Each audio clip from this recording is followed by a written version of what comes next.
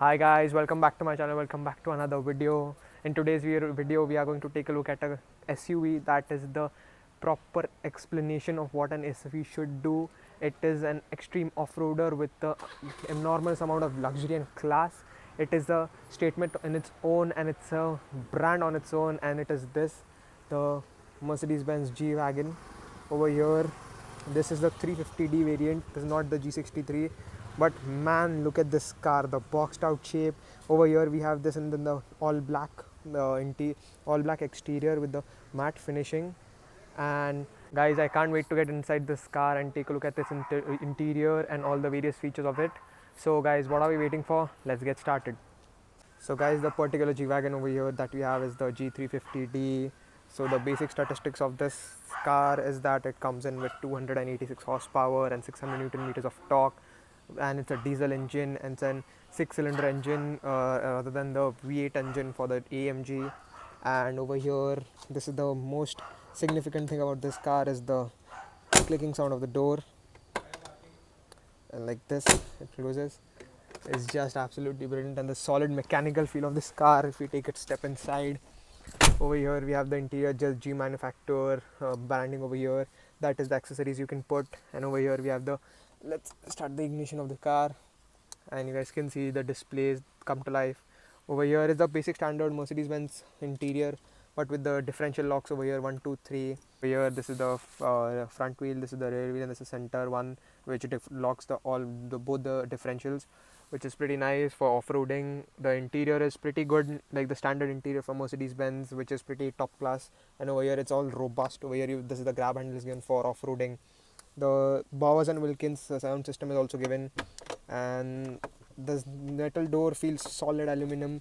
It's got a lot of weight to it, and that's a sign of good quality. And the locking situation over here, if we take seat in the rear, the this car is pretty huge for getting up and in the back. The rear seat, as you guys can see, the knee room is a bit fine, and the headroom is enormous amount of headroom. This one doesn't have a panoramic sunroof, but there's a small sunroof given for you in the front, which is pretty nice. And the interior is the red and black interior, and these are the climate controls for the vents for the rear passengers. And this is the seating position, pretty high. And the thing is, the window is pretty low for the low on the door, so you feel a bit very roomy situation over here. And this is a pretty boxed out car, so yeah, you need some space. And these are lighting. If we switch it on over here, if you guys can see it properly now, if we open the tailgate, the rear door of this car, a decent amount of storage over here. If you guys can see it properly, it's pretty nice. And over here, if we close the door, and it's got a lot of weight to it, man. And this is the signature, the fifth wheel, the stepney is put on the back door, which looks pretty good at night. It's pretty nice.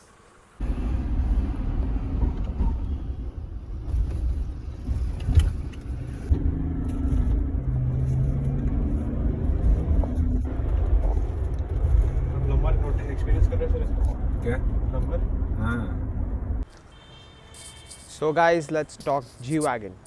As you guys can see, this is another day. This is the next day since I've been on the ride with the G Wagon, because I needed some time to gather my thoughts about the car. As you guys know, G Wagon is a very well renowned name in the automotive industry, as it's the only car that comes in that shape, except the new one, the Suzuki Jimny right now, which is not in India. But yeah, the G Wagon is a pretty big name if you guys see it. But the thing is, about that car, I have pretty mixed feelings, so I need some time to gather my thoughts about the car. The G Wagon is a brilliant car, don't get me wrong, guys, but the situation is that car, once I sat in the rear seat and went for a drive in that car, my experience about it was not that great, as there was very less knee room for me. Headroom was great, I don't deny about that. But the thing is, the knee room was pretty small, and the car, once you start to accelerate and brake, the car shows a lot of movement, as it has a lot of body roll due to the huge size, as the G Wagon is a huge thing. That is like, one thing is there, that the G Wagon demands road presence. It's an ultimate expression of a gangster car. But the thing is, once the car was driven in anger, like acceleration, braking, or if you took it on speed breaker or something like that, the car wobbles around a lot due to the off-roading capabilities and the suspension and everything of that sort. And for me, I thought that being an off-roader, it does need such situation like that. But the thing is that in India, I like to ask this question to you guys honestly, from one person to another. Would you buy a car that costs more than upwards of 2 crore rupees and take it generally for off-roading? And that's the situation over here. If I had a car that cost more than 2 crores, I wouldn't take it off-roading whatsoever, and I would use it on the road and tarmac most probably. And in India also, people generally drive these cars on the roads and on the tarmac. The people who are very off-roading enthusiasts, they take it for a spin on off-roading situation, but not general people. And driving that car on the road and tarmac, it wasn't that good of an experience for me as such, guys. Genuinely not kidding. The thing is, and also being a G Wagon in India, for the Indian market, Mercedes have launched the G350D, the diesel variant, which is supposed to be an economical car, but the thing is, it still averages a single digit, which is not that great for me. As you guys know, a single digit average is not that economical. Also, guys, another thing that I would like to applaud Mercedes-Benz is for their interior quality. In this car, the interior quality was second to none. The G manufacturer accessories which were applied to the car, the red interior with the black stitching, red and black interior with the red stitching are all around. The feel of the aluminum door handles, the weight to the door that is there, the mechanical feel of closing and opening the doors. And as you know, G Wagon are known for that door clicking sound. And the thing is that you can't close the door slowly, as I thought that it's an expensive car, you need to close the door slowly, but it wasn't closing as such. You need to ram it into the car, and that's the thing how it goes. It's a mechanical door and it feels absolutely top quality. This car that I had taken for the drive especially was a pretty great one and pretty special one for me as such, because as you guys know, the various automotive journalists like Faisal Khan, if you guys know, in India, he is the person who has driven this exact same car few months ago for his own review, and it was a great opportunity to take this car for a spin.